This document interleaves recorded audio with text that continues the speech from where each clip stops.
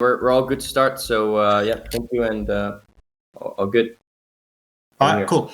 Yeah, so as you can see in the stage one text, we're covering this article by Mike Archer and some of the major issues that is made. And hopefully after the end of this, everyone will sort of see essentially the big problems undermining the article. So I've essentially categorized that out in several of the arguments with several of the debunks and the issues that are being essentially pointed out.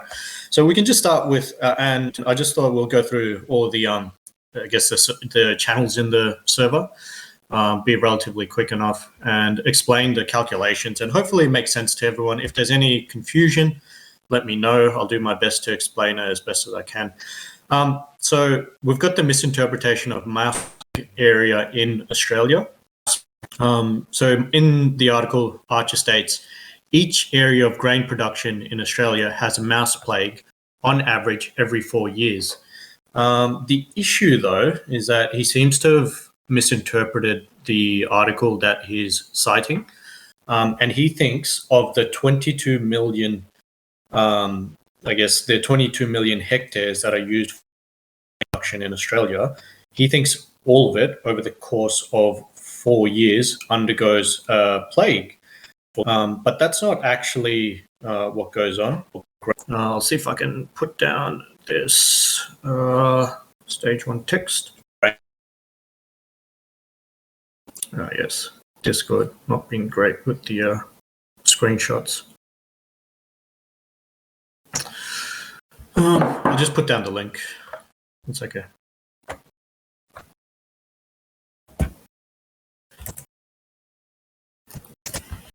All right. So this is the link.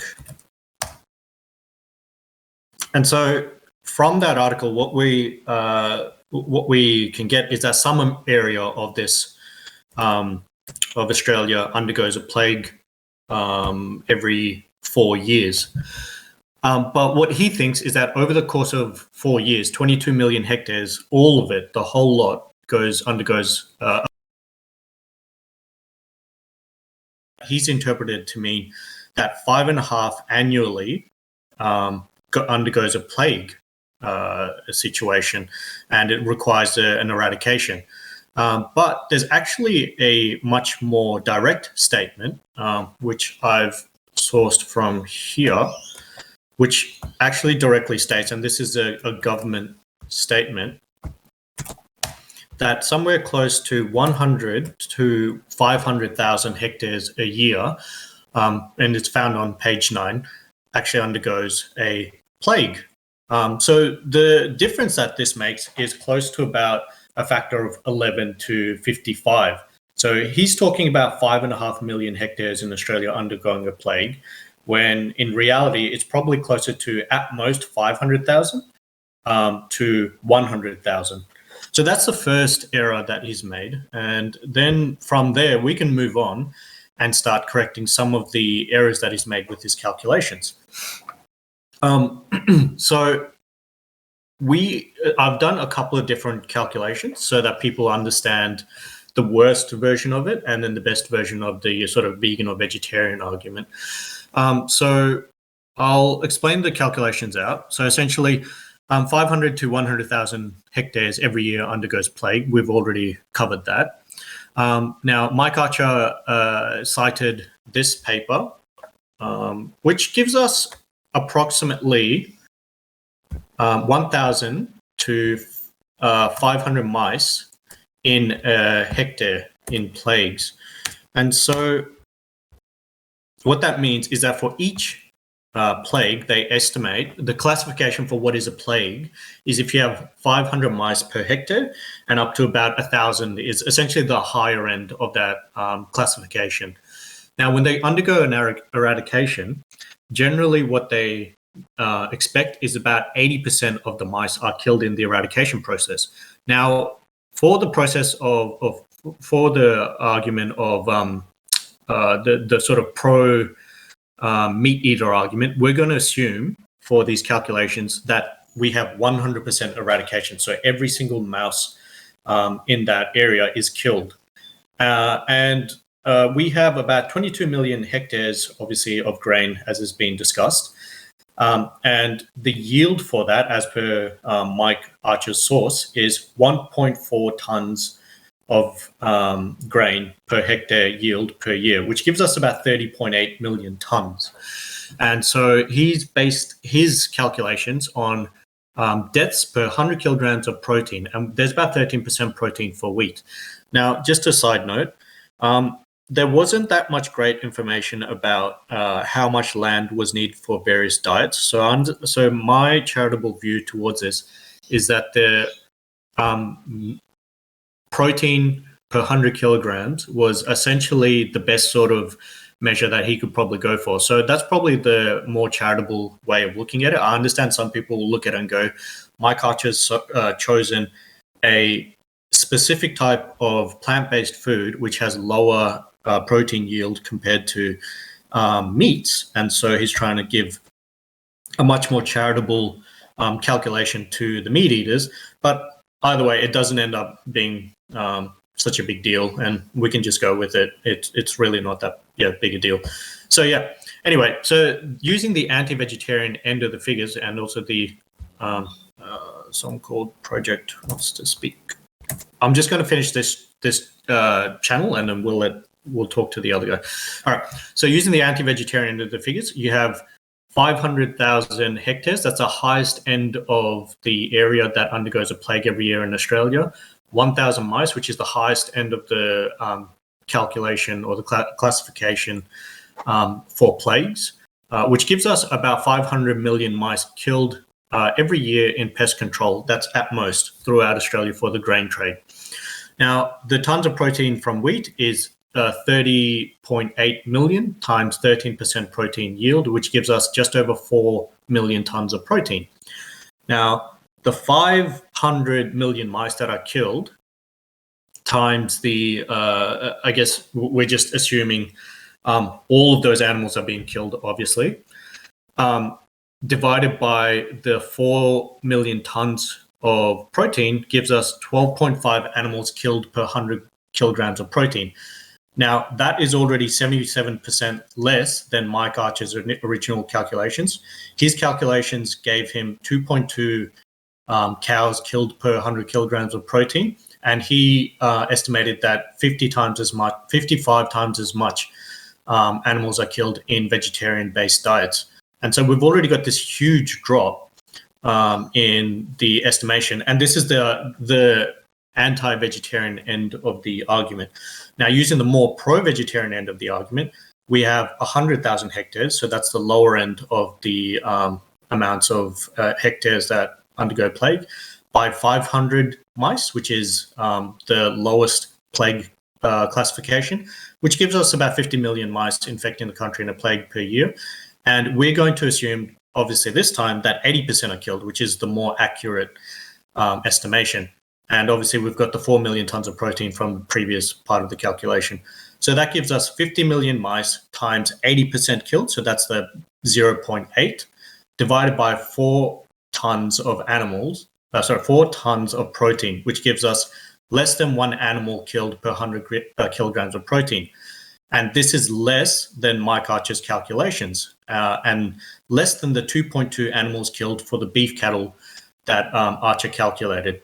So just with that, and there's more errors to come, just with that, there's several, we can find that his sort of argument is very, very weak already. This guy called Project Wants to Speak. He's DM'd me. I don't know if I really care to speak to him.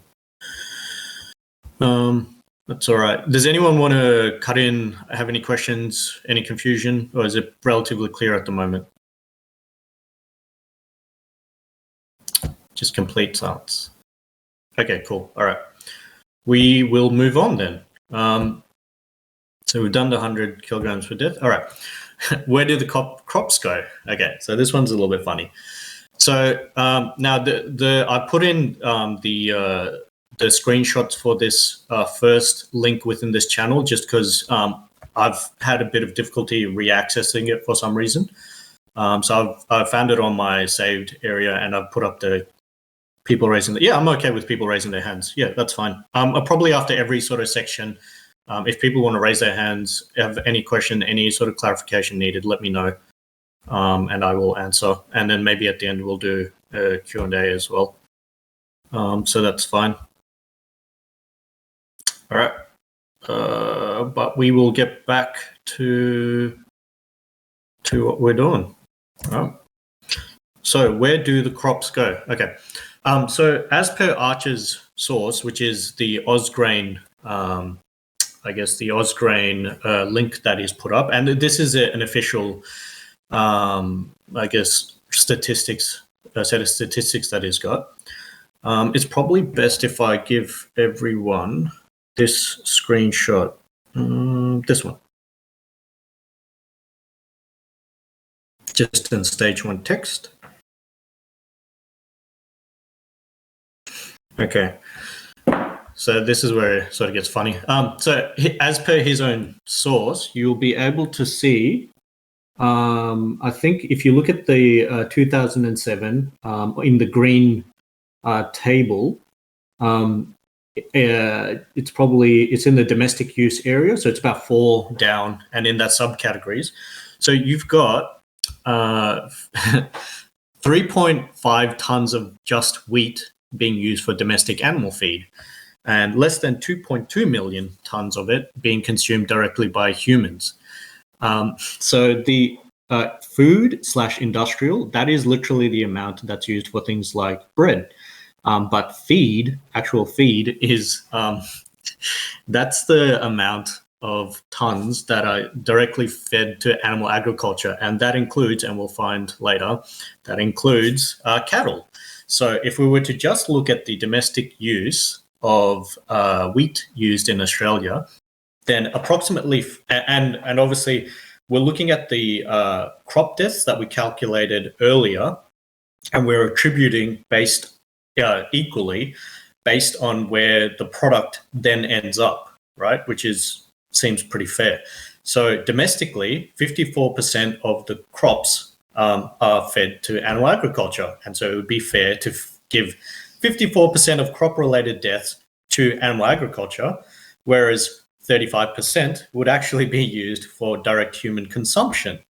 So Archer's calculations and assumptions are based on literally all of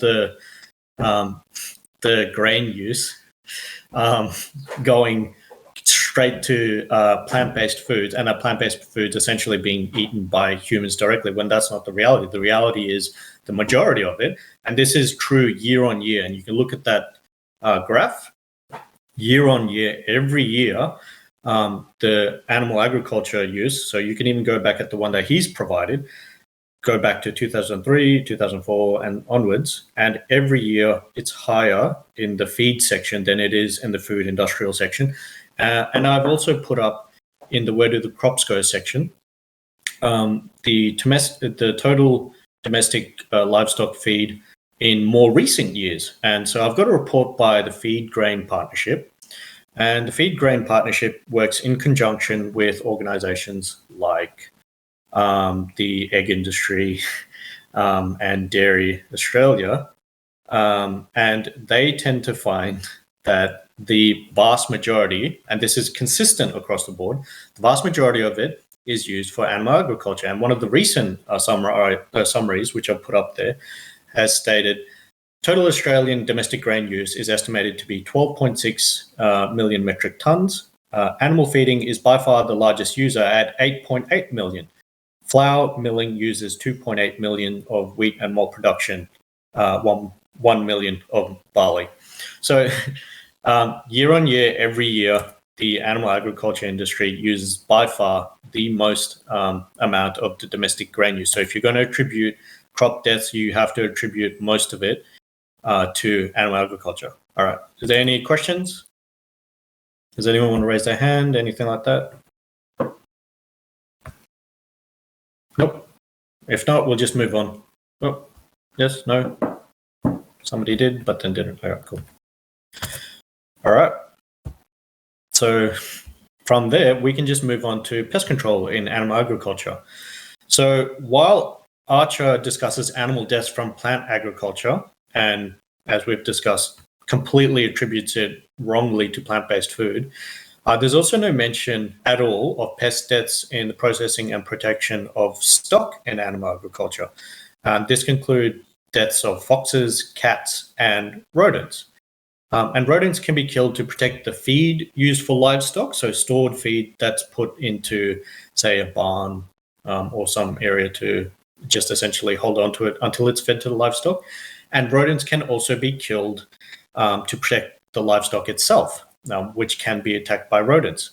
And I've put up examples of rodent control for poultry, for piggeries infested with mice, and examples of rodent control for cattle. I've also put up a video from YouTube, and I think it's originally from Ripley's Believe It or Not, where there is, and it's just a bit of a warning, it is quite confronting. It's a piggery in Australia, I think from the 90s or so, which is just horribly infested with rodents. There's thousands and thousands of mice in this piggery. So yeah, that's just a heads up. Now, I understand there might not be great numbers for this, but it seems a little bit dishonest to not have at least mentioned that this is a problem in the animal agriculture industry as well. So yeah. Now, it's also interesting, or it's also important when we discuss this stuff to sort of have an understanding of how many animals are actually killed by the animal agriculture industry. I've put up the FAO link just gave a simple number. The number of animals or the number of chickens killed for chicken meat in Australia is around 650 million. And I'm sure people can go back to the earlier calculations, even the high-end number for pest-related deaths that we got out of the grain trade. That was about 500 million. That was a high-end calculation. So 650 million chickens every year are killed in Australia for animal agriculture and for people's desire to eat their products, essentially. Now, Mike Archer's brilliant solution is that not that vegetarians should just become omnivores, but specifically that Australia as a whole should switch to kangaroo meat eating. So get rid of all the other animals, including the chickens and the cows and the sheep, and replace all of it with kangaroo meat. I'm not sure he actually thought this through in terms of how much this would require. And I don't know if he underestimated the amount of meat that is consumed in Australia. So I've gotten some of the links. Kangaroo has, and some of the basic, the calculations we need. So kangaroo has around 22 grams of protein per 100 grams of raw weight. So it's pretty similar to a lot of other meats like chicken and beef and stuff like that. And it has less calories to other meats. Now, the second link is a paper which Mike Archer co-authored, so I don't think he'll disagree with this number, that a kangaroo carcass, so a dead kangaroo, a full-grown kangaroo, should provide around 12 kilograms of meat. Now, Australia's consumption of land animal meat has been at approximately 100 kilograms per person per year, and this has been consistent for the last 15 years. I put up an Australian government link for that, which essentially covers that statistic, and it's very consistent. Therefore, if we were to replace the same amount of meat with kangaroos, we'd be replacing 100 kilograms by the 25 million Australians, which gives us 2,500,000,000 kilograms of meat consumed a year. And then we can just divide that by the 12 kilograms of meat that a kangaroo carcass will give us. And that gives us just under 210 million kangaroos killed per year. So, and that's 208 specifically, kangaroos killed a year, and that's just not the amount that are kept. The most recent population survey of kangaroos available was 34 million, and that's sort of considered a very high amount. And for the sake of the argument, Australia, so kangaroos are sort of considered or they're compared quite often to sheep. They're about the same sort of size as sheep and give approximately the same amount of meat as sheep. So sheep are used as a reference. And every year, Australia kills about 31 million sheep a year.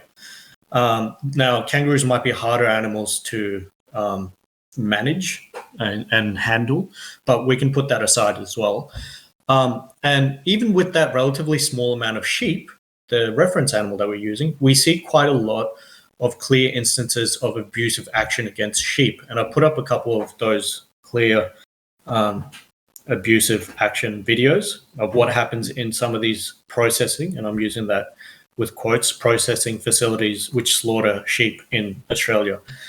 So I don't understand how, now keep in mind, Archer has argued this whole article as sort of this very pro-ethical, very much concerned with trying to be as nice to animals as possible and reduce their suffering.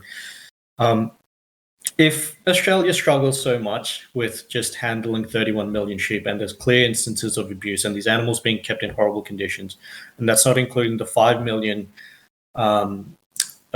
pigs that are mostly kept in farrow crates in Australia, I think it's at least 5 million, and the hundreds of millions of chickens that are abused. I don't understand how he thinks that we are going to process, and keep in mind that's process 208 million kangaroos per year. And just as a day per day number, that's 570,000 kangaroos that we have to kill. In his sort of proposal, his idea is that they would be free range, running around, all happy, and blah, blah, blah, blah. And we just give them a quick death, and it's all very ethical and all very nice and high welfare and all that. I don't understand how he thinks we're going to process 570,000 kangaroos a day. That's no weekends, no public holidays, nothing like that. Working 365 days a year, how we're going to process that much amount of animals in a truly high, quote, welfare system. So yeah, that's I think a little bit fantastical. Is there any questions?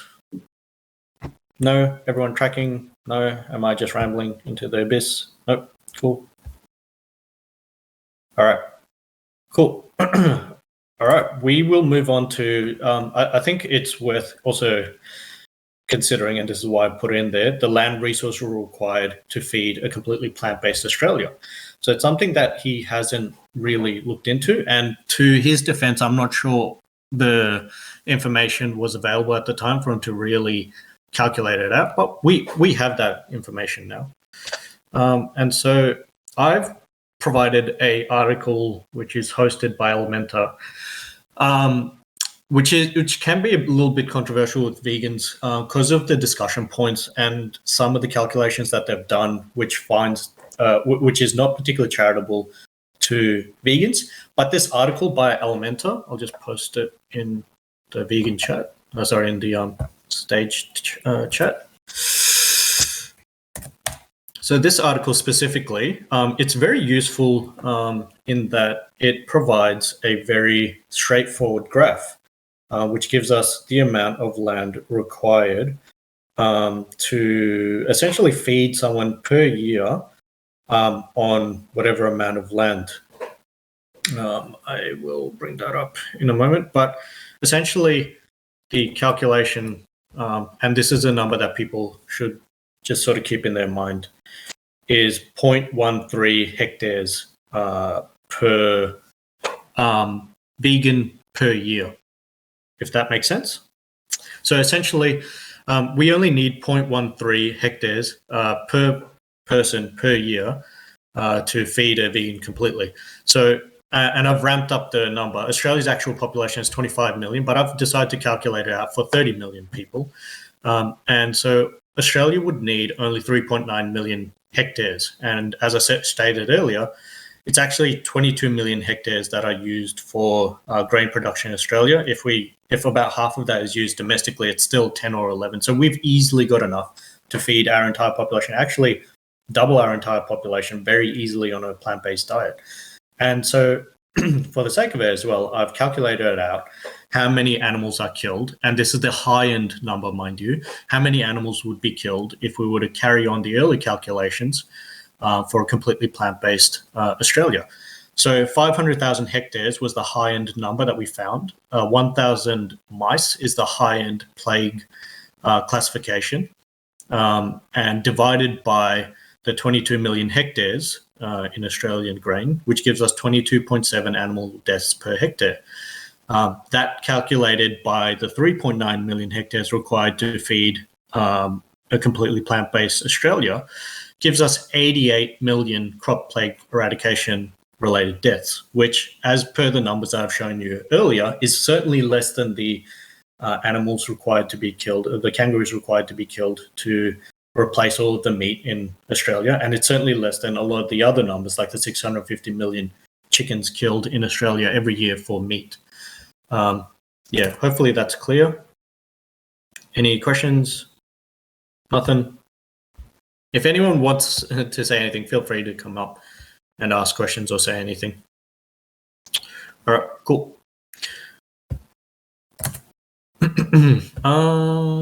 So the next part is called converting to plant-based, though, which is just, there's no calculations in this because it's just a complete conceptual fail. So Archer states in his article, most of Australia's arable land is already in use. If more Australians want their nutritional needs to be met by plants, our arable land will need to be even more intensely farmed. This will require a net increase in the use of fertilizers, herbicides, pesticides, and other threats to biodiversity and environmental health. Or if existing laws are changed, more native vegetation could be cleared for agriculture. An area the size of Victoria plus Tasmania would be needed to produce the additional amount of plant-based food required. This, some of you may have figured it out, but this just fails on a conceptual level. If more Australians converted over to consuming plant-based products, why would we need to make domestic animal products? We would obviously just repurpose the land that is currently being used for animal-based products to plant-based products. And as the calculations show earlier, you would need less land. It would actually clear up land. So this is just a complete conceptual fail. And we'll leave it at that. Archer goes into a slightly less interesting thing about how Europeans have arrived on this continent. We have lost more than half of Australia's unique native vegetation, mostly to increase production of monocultures of introduced species for human consumption. Again, he doesn't specify what the crops were used for, and he doesn't mention that the sheep industry was actually a cause of deforestation. So he's just leaving out fairly relevant pieces of information. It also isn't prescriptive. It doesn't tell us whether we can or should move to a plant-based system. And he also, I'm not sure if he was aware of this, but we now have very good information that the current main cause of ongoing deforestation in Australia, and Australia has some of the highest rates of deforestation in the world, it is livestock. In certain parts of Australia, especially the grain belt, it's around 94% of land clearing. Throughout Australia, it's around 70% pretty consistently. And in the higher end production areas like Queensland, it's around 94%, especially in the areas near the Great Barrier Reef. And it seems to be one of the main causes causing destruction in the Great Barrier Reef as well. Moving on from that, we've got the kangaroo meat health claims. This is pretty hilarious. So Archer states, with regards to the healthfulness of kangaroo meat, they also produce an exceptionally healthy low-fat meat. There's not enough evidence to make such a claim. It's this article that Archer originally posted is now 10 years old, and there's still not enough evidence since he's made that claim to back that. What he's basing it off seems to be referencing mechanisms and an appeal to history. And the only evidence he provides in support of that is a newspaper article, not a study, not something from a scientific article, just a newspaper article. And that provides a quote from a nutritionist. So it's an appeal to authority from a newspaper article. And keep in mind that Professor Archer is a professor. So this is the evidence that is provided in support of his health claim. And even that's that person that he's getting the quote from states in the article, it's too soon to say whether this might matter to our health. I thought this was hilarious because it's incredible that an actual professor would think that this would be adequate amounts of evidence to provide on something like the conversation, which is a very widely distributed paper, and it's actually a peer-reviewed paper. It is just astounding that he thought that that would be adequate amounts of evidence. If, honestly, any of you go into bachelors for health, if you provide something like this as your evidence, this would probably be an instant fail. So it's astounding that a professor thought that this would be adequate evidence for his claim. The final part is just the justification for why I'm reviewing this article. Now, this is a decade old, this article by Archer, but it still keeps coming up, really worryingly. It's still this sort of stick in the mud that keeps coming up. And it's so much so that I actually went to a animal rights activist parliamentary hearing where the lawmakers were looking at putting in ag-gag laws and putting very severe laws to punish animal rights activists, which would include jail time.